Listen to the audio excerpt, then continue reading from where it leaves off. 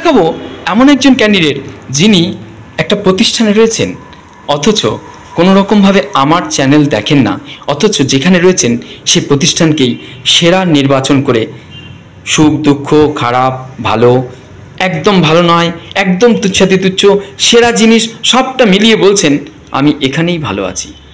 এটা সত্যি আমি এখানে ভালো আছি, এটাই সিরিয়াসলি। আমার খুব ভালো লাগছে। এখনো আপনি পড়াশোনা করেন? না, ঠিক আছে, নবকল্লোল থেকে শুরু করে সব ধারাবাহিক। আচ্ছা, শুক্তারা। আচ্ছা, আমি ওর কাছে পয়সা দিয়ে কাগজ আসে, আচ্ছা, প্রত্যেক মাসে আমাকে দিয়ে যায়। বাহ, চমৎকার।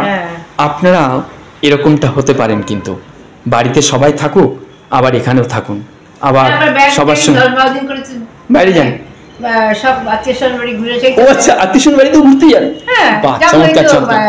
আপনার তোমার এই প্লেট বাড়ি দোলের আগে যাবো। আচ্ছা, 10-12 দিন 15 দিন থেকে আসবো, এরকম চাই। আমি চাই আমার চ্যানেলে এরকম আসুক বৃদ্ধা এবং বৃদ্ধ, যারা সবাইকে ভালো রেখে নিজেও থাকবেন, অমৃতময় হয়ে থাকবেন।